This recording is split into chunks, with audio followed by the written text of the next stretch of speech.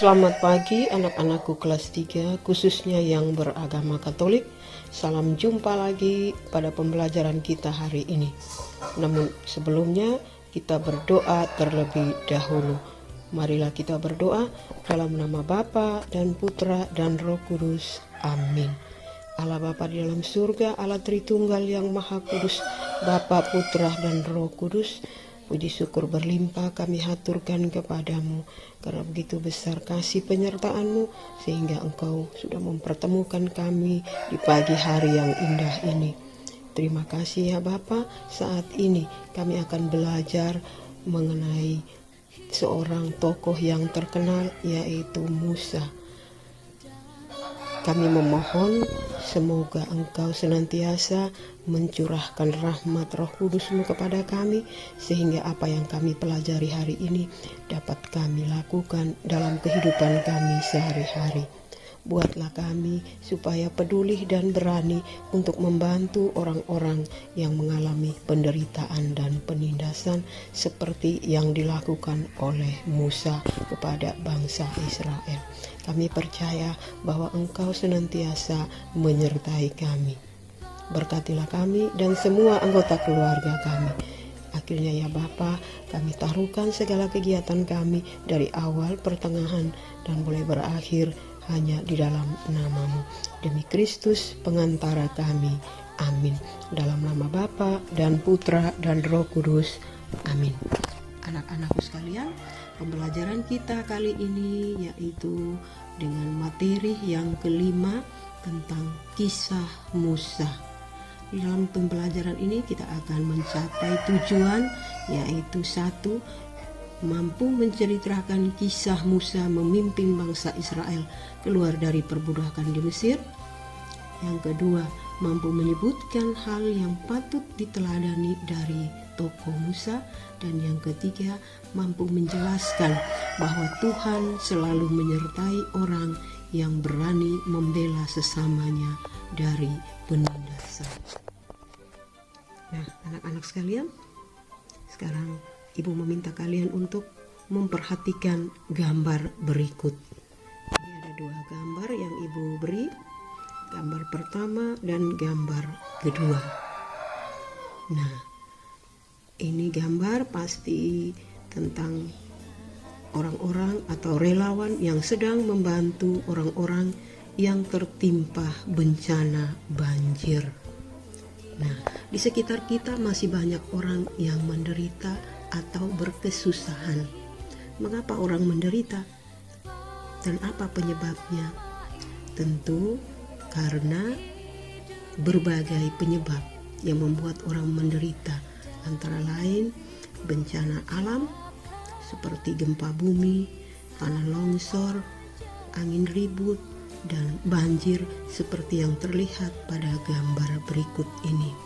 Tetapi juga karena adanya kejahatan dari orang-orang.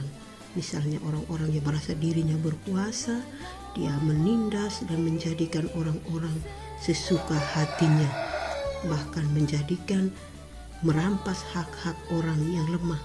Dan seperti kisah dalam hari ini, kita akan dengar di mana bangsa Israel mengalami penindasan dan mereka dijadikan budak-budak untuk orang-orang Mesir.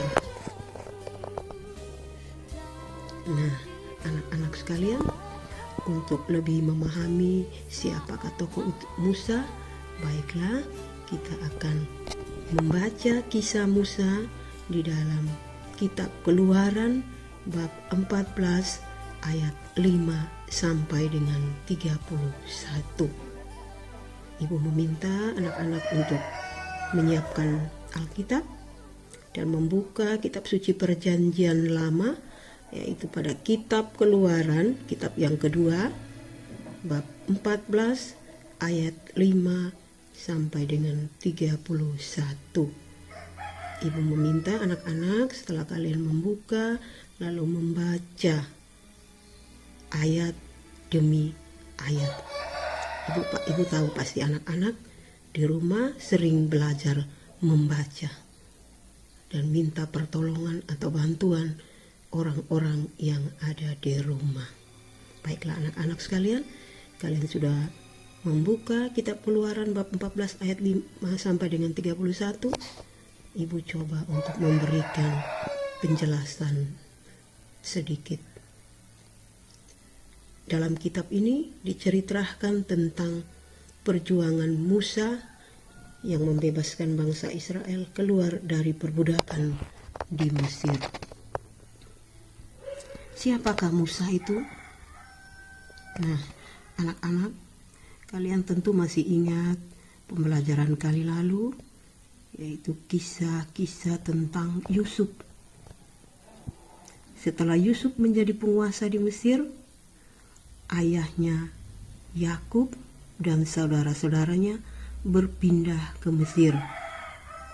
Nah, turunan mereka berkembang dengan cepat sehingga semakin lama semakin banyak. Akhirnya Yusuf pun meninggal.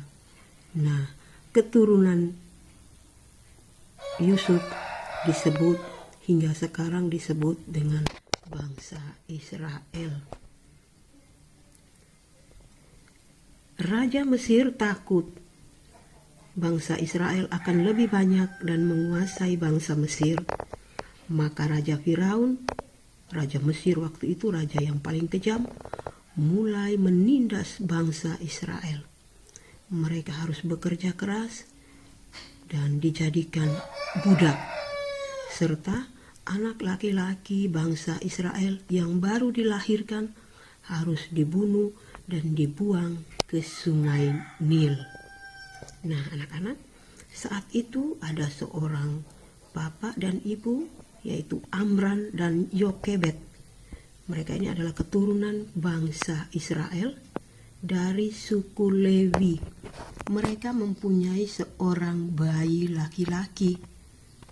Nah, supaya bayi itu selamat, bayi itu dihanyutkan ke sungai Nil, seperti yang terlihat pada gambar ini.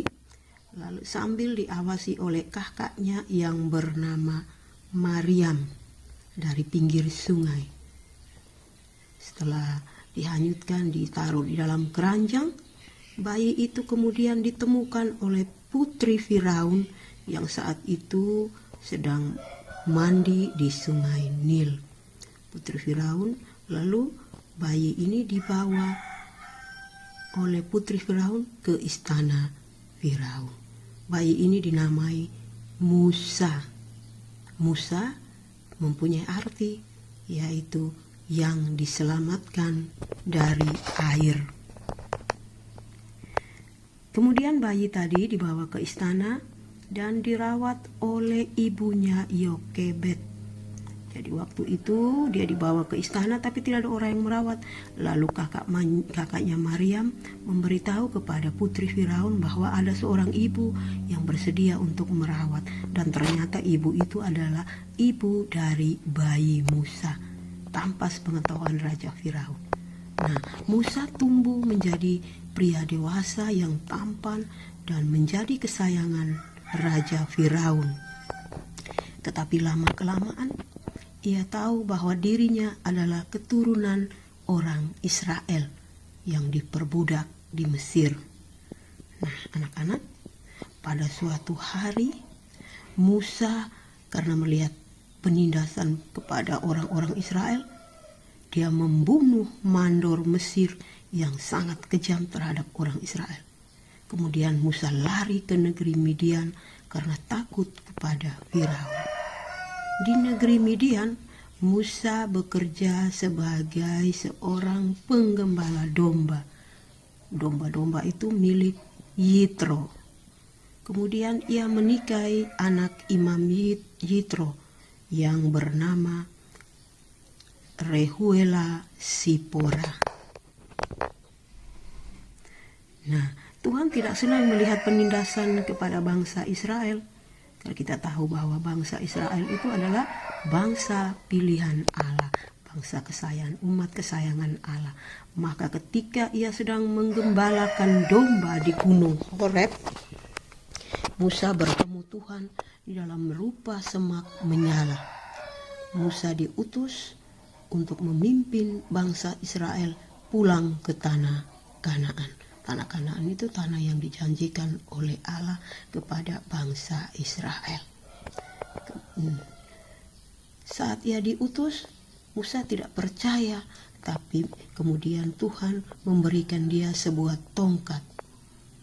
Tongkat itu bisa berubah menjadi ular. Kemudian dia juga tetap tidak percaya, namun Tuhan membuat tangan Musa kena kusta. Tetapi kemudian Tuhan menyuruh dia untuk memasukkan kembali tangannya ke dalam jubah, lalu tangan itu dia keluarkan dan tangan itu sembuh. Perbuatan Tuhan seperti ini agar Musa percaya pada penyertaan Tuhan atas dirinya. Nah, kemudian dibantu oleh saudaranya, kakaknya yang bernama Harun, bersama istri dan anaknya laki-laki. Akhirnya Musa pun berangkat menuju Mesir untuk menjalankan tugas perutusannya, yaitu membebaskan bangsa Israel. Proses pembebasan bangsa Israel dari Mesir bukan hal yang mudah. Banyak tantangan yang harus dihadapi Musa, karena Firaun waktu itu orangnya keras kepala. Namun Allah adalah Bapa yang Maha Kuasa dan Maha Perkasa. Raja Mesir ditekan dengan berbagai bencana untuk melepaskan bangsa Israel. Nah, seperti kamu lihat dalam gambar ini, gambar bulat-bulat ini ada 10 gambar. Nah, ada 10 tulah atau bencana yang disiapkan Tuhan kepada bangsa Mesir. Karena Raja Firaun tidak mau mengizinkan Musa untuk membawa bangsa Israel keluar dari Mesir, Allah memberikan 10 bencana. Bencana yang pertama itu air menjadi darah. Yang kedua, katak. Yang ketiga, nyamuk. Yang keempat, lalat pikat. Yang kelima, penyakit sampar pada ternak. Yang keenam, bara. Yang ketujuh, hujan es. Yang kedelapan, belalang. Yang kesembilan, gelap gulita. Nah, bencana atau tulah yang terakhir, yang ke-10 adalah terbunuhnya anak-anak sulung, anak laki-laki bangsa Mesir di seluruh negeri Mesir. Anak-anak dapat membuka kitab suci Perjanjian Lama tadi, kitab Keluaran, dapat kamu lihat bab 14 ayat 15 sampai dengan 31. Nah, pada malam pembebasan itu Allah menyuruh bangsa Israel untuk menyembelih seekor anak domba, dan darah anak domba itu harus dioleskan di jenang pintu, di depan pintu, sebagai tanda bagi Tuhan untuk melewati pintu itu. Semua rumah yang tidak ditandai dengan darah di jenang pintu akan mengalami kematian putra sulungnya. Semua anak sulung Mesir terbunuh malam itu, sedangkan anak-anak sulung bangsa Israel selamat berkat darah anak domba di jenang pintu. Selain menyembelih anak domba, orang-orang Israel juga diwajibkan oleh Tuhan untuk makan roti tak beragi dan juga disertai dengan tanaman pahit. Nah, nanti kamu dapat melihat, membaca dalam kitab suci tadi. Nah, perjamuan pembebasan ini kemudian dikenang oleh bangsa Israel sebagai Hari Raya Kemerdekaan atau Hari Raya Paskah Yahudi. Pada perayaan perjamuan pembebasan itu, bangsa Israel kemudian setelah mengadakan perayaan pembebasan itu, kemudian bangsa Israel di bawah pimpinan Musa meninggalkan perbudakan di Mesir. Jadi setelah kematian anak sulung orang-orang Mesir, termasuk Raja Firaun punya anak laki-laki juga meninggal. Waktu itu Firaun mengizinkan bangsa Israel untuk keluar dari Mesir. Nah, di bawah pimpinan Musa akhirnya membawa bangsa Israel keluar dari Mesir. Sementara mereka berjalan, tibalah mereka di tepi sungai, di tepi laut Teberau. Lalu mereka mau menyeberang seperti apa? Karena tidak bisa lewat. Sesampailah mereka di laut Teberau, Firaun berubah pikiran. Dia menyuruh dia punya tentara-tentara untuk mengejar kembali bangsa Israel untuk kembali ke Mesir. Nah, melihat hal itu, Musa yang tadi sudah membawa bangsa Israel secara ajaib, mereka mulai menyeberangi laut tersebut. Dengan ajaib pula, Tuhan Musa mengangkat tongkatnya tadi, lalu membelah laut Teberau. Dan secara ajaib pula, tentara Firaun yang ikut bersama mereka, Musa kembali menutup air laut dengan tongkatnya, dan orang-orang tentara Firaun tadi binasa di laut tersebut. Dan bangsa Israel berhasil menyeberang Laut Merah atau Laut Teberau. Nah, Raja Firaun, penguasa di Mesir, memperlakukan bangsa Israel sebagai budak. Tapi Tuhan memilih Musa untuk membebaskan bangsa Israel keluar dari Mesir. Dengan pertolongan Musa, dengan pertolongan Tuhan, Musa mampu mengalahkan tentara Firaun yang kuat. Musa mengeringkan Laut Teberau atau Laut Merah dengan cara mengangkat tongkatnya ke laut. Nah, anak-anak, Tuhan tentu pasti menolong dan memberi kemenangan asalkan kita selalu setia dan taat pada bimbingan Tuhan. Sebab sesungguhnya tidak satupun kekuatan manusia di dunia ini yang mampu menghalangi rencana Allah. Nah, anak-anak sekalian, yang patut kita teladani dari tokoh Musa adalah membela orang-orang lemah. Karena membela orang-orang lemah adalah suatu perbuatan yang luhur dan mulia. Nah, di dalam membela kebenaran, kita tidak perlu takut. Kita harus berani, karena Allah selalu menyertai. Peduli yang berikut, teladan yang kita contohi berikut adalah sikap peduli untuk memberi pertolongan atau perlindungan kepada sesama yang berada dalam bahaya. Nah, anak-anak, sebagai penutup dari pembelajaran kita hari ini, Ibu mengajak anak-anak untuk hening sejenak. Lalu dalam keadaan hening, Ibu meminta kita merefleksikan diri kita setelah apa yang kita dengar dari pembelajaran kita hari ini, dan Ibu memberikan satu pertanyaan untuk bahan refleksi kita.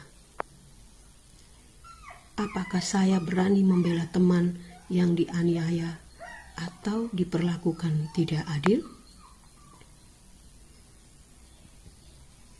Nah, anak-anak sekalian, sebagai akhir dari pembelajaran ini, Ibu memberikan kalian tugas yang harus kalian kerjakan sebagai tugas mandiri untuk kerja di rumah. Dan hasilnya, tunggu informasi dari Ibu kapan dikumpul, anak-anak tinggal membawanya. Tugas itu sebagai berikut. 1. Siapakah nama Raja Mesir? 2. Siapa yang memimpin bangsa Israel menyeberangi Laut Teberau? Yang ketiga, mengapa Allah menyelamatkan bangsa Israel? Yang keempat, tuliskanlah 10 tulah atau bencana yang menimpa bangsa Mesir. Dan yang kelima, mengapa kita perlu membantu teman yang mengalami bencana atau musibah. Nah, anak-anak sekalian, untuk lebih memperjelas kalian, Ibu akan mengirimkan video yang anak-anak dapat lihat. Kemudian setelah kalian melihat video pembelajaran yang Ibu kirim nanti, lalu kalian kerjakan tugas mandiri tersebut.